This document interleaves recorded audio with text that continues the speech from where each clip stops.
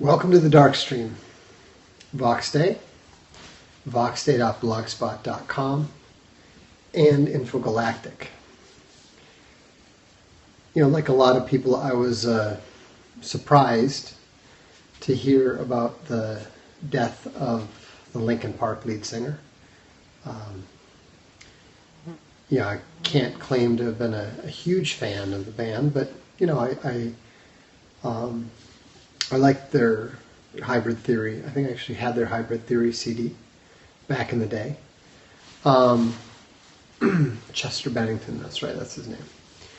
And the thing is, people's reaction is always pretty much the same to suicides like these.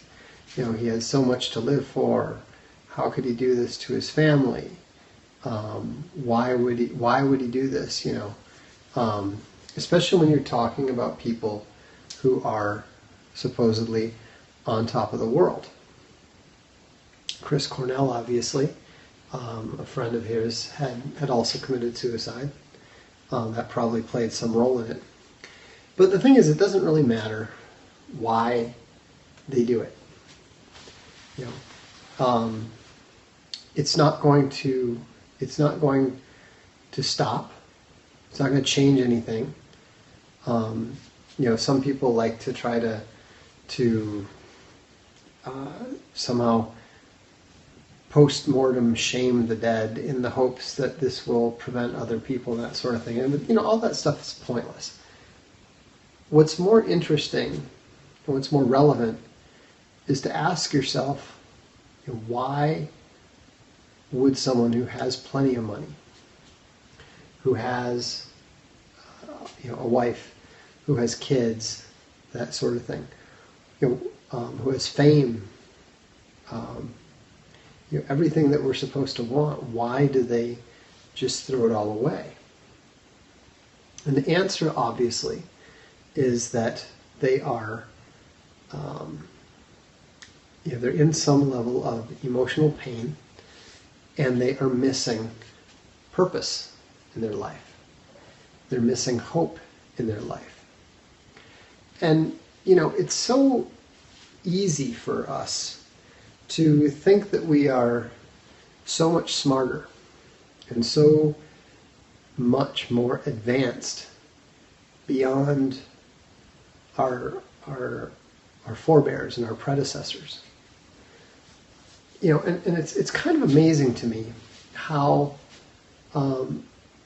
at every step of the way, no matter with whom you speak, virtually no one is willing to risk anything.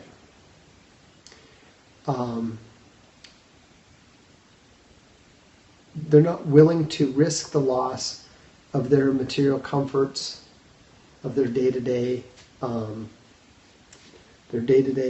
lives and that sort of thing for anything. And part of it is because we have reduced ourselves to creatures of mere materialism. It's, I think, fairly easy to understand why people like Chris Cornell and Chester Bennington are actually more likely to kill themselves because they have everything. There's something about hedonism that is simply empty. It doesn't matter what your entertainment of choices. It doesn't matter if you're on drugs, or if you're on fame, or if you're on sex, or that sort of thing. I mean, this is something that I know from experience. This is something that I understand from experience. Not being suicidal, I've never been, I've never felt like that. But I can remember distinctly that something had gone wrong when a girl that I'd been seeing had offered to come over late at night. And, I remember, I think I told her, unless you're bringing your twin sister, don't bother. And I meant it at the time. And that's when I realized that, the pursuit of, I was so bored that, when I was in junior high school and high school, just the thought of, getting a date with a pretty girl was enough to keep you going for, weeks and months, of obsession and excitement and that sort of thing. But over time, it's just it's like a drug. It's like anything else. No matter what it is you do, you're never going to achieve that high that you did the first time. And it doesn't matter what it is. That's why people talk about the romance and everything about, the first kiss and that sort of thing. And there's a truth to that. And that's why you have all these songs about feels like the first time or like a virgin, blah, blah, blah, all that sort of thing. But the reality is that, whether it's a kiss or whether it's the first time you do coke, there's never going to be an experience that vivid again. And that's right. This is exactly what it means about sin being slavery, because you just can't break out of it, and yet it's not satisfying either. And so, and this is exactly what it means. This is what it means in a world without religion, a world without faith, a world without hope. And so people try to create meaning for themselves. This is the solution of the atheist philosophers is, it doesn't matter that we don't have this meaning that is given to us anymore. We can create our own meaning. Well, that's really not true. That's really not. We can pretend to create our own meaning. We can declare that we have created our own meaning, but it doesn't work. And when you talk to people who claim to have done so, it usually becomes very clear that they have not. I've talked to plenty of people who claim to have developed their own systems of philosophy and this, that, and the other thing. And guess what? None of them have. Literally none of them have done so. I'm not saying that no one ever does. I'm saying that people that you meet day to day, people that your friends and acquaintances, people in your college hall, whatever, they're not telling you the truth. And you can tell because when you ask them to explain their system, all it ever is conventional morality less some restriction on something that they want to do. And so it's always easy to tell what they're susceptible to, because that's the one thing that they declare is acceptable in their brand new developed up from First Foundation's moral system. And so, community and family are important, but they're not enough. You see lots of women attempting to find meaning through their children.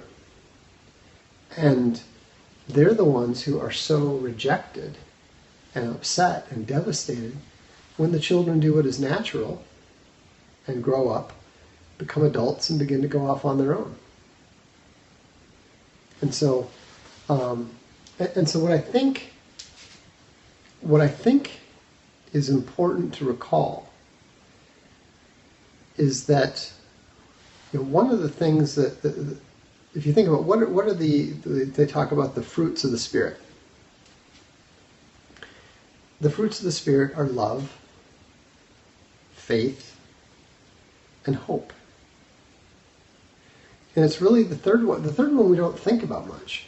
When we think about religion, we tend to think about obeying the rules, obeying the law. But and then we also tend to think about, to a certain extent, we might think about love, usually in the context of, never do anything bad to anyone, which is, of course, a trivial and incorrect understanding. But we very, very seldom hear or think or are reminded that one of the most important gifts and fruits of the Spirit is hope. And it's kind of funny because, occasionally I get asked by people, my vision, if you've read my fiction, you can see that my perspective tends to be somewhat dark. And so, and obviously I've been correct on numerous occasions, predicting various things that generally are not very positive, whether it's the financial crisis, whether it's war, whether it's the likely coming of ethnic conflict and that sort of thing in the United States and in Europe. And yet, people often ask me, how can you be so just genuinely cheerful in the knowledge of all that? And it's kind of funny because it never occurs to me to think otherwise. Bad things happen. Bad things do happen. One of the guys I work with in Castalia, his father just coming home, wet road, wrapped his car around a tree, and is apparently completely brain dead. A total shock to everyone in the family and so forth. Bad things happen to good people. The guy's a good man. He's a Christian, a theologian, and so forth. I've never met him. I don't. You don't need to express any condolences to me. But,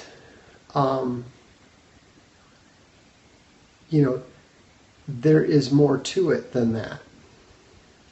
The emotional pain that we feel when bad things happen is going to fade. Even in the depth of the pain, we can understand that. And that's why hope is so important. Because hope is what gets you past those moments of despair, those moments of pain, those moments where you feel like you can't have, you feel like you don't have the ability to continue. And so the nihilist, the materialist, simply doesn't have that hope. And in that way, they walk a harder road. I sometimes wondered what on earth Jesus Christ could possibly have meant when he talked about his yoke being light. How is the yoke light? You've got all of these things you can't do. You've got all these things you're not supposed to do. You've got all these things that you feel bad or guilty about or shame about. How is that a light yoke? it seemed to me that it was a lot lighter yoke when you were just doing whatever the hell you wanted, and pursuing the greatest good as far for you at any given moment. You know, or as my wife put it, doing whatever the hell you want all the time. But the reality is that the world itself is a weight on all of us. And that's where the yoke is lighter, the weight is lighter for the Christian. Because we don't believe, we don't feel that so much. Because it's not something that we believe falls on us. There's always something more out there. There's always something else out there. And that's why we're able to feel hope, even in moments of tremendous stress, tremendous emotional pain, even when we would normally be facing despair. So anyhow, I think that's, I'm not telling you what you must believe or that sort of thing. But what I am telling you is that if you're someone who feels caught up in despair, if you're someone who lacks a sense of purpose and meaning, it's not a bad idea to look at something that offers hope. And what the commenter said, I think, is absolutely right. The reason the West does not have children is because the West has lost its hope. And it has lost its hope because it has lost its Christian faith. So, I think that, it's great that, pagans and atheists and so forth see the value in Western civilization and want to defend it and want to preserve it. But I think that's only the first step. And I think that a lot of those people are going to realize that there's more to Christianity than beautiful medieval buildings. And I think that in order for the Reconquista 2.0 to be successful, we're going to need people who are filled with hope, who are filled with faith, and who are not afraid of what the future holds. So, anyhow, that's just some random thoughts for tonight. I didn't really have anything in particular to talk about. I was just thinking a little bit about the Linkin Park guy and whatnot. So, in any event, have a good evening, and I'll look forward to seeing you soon.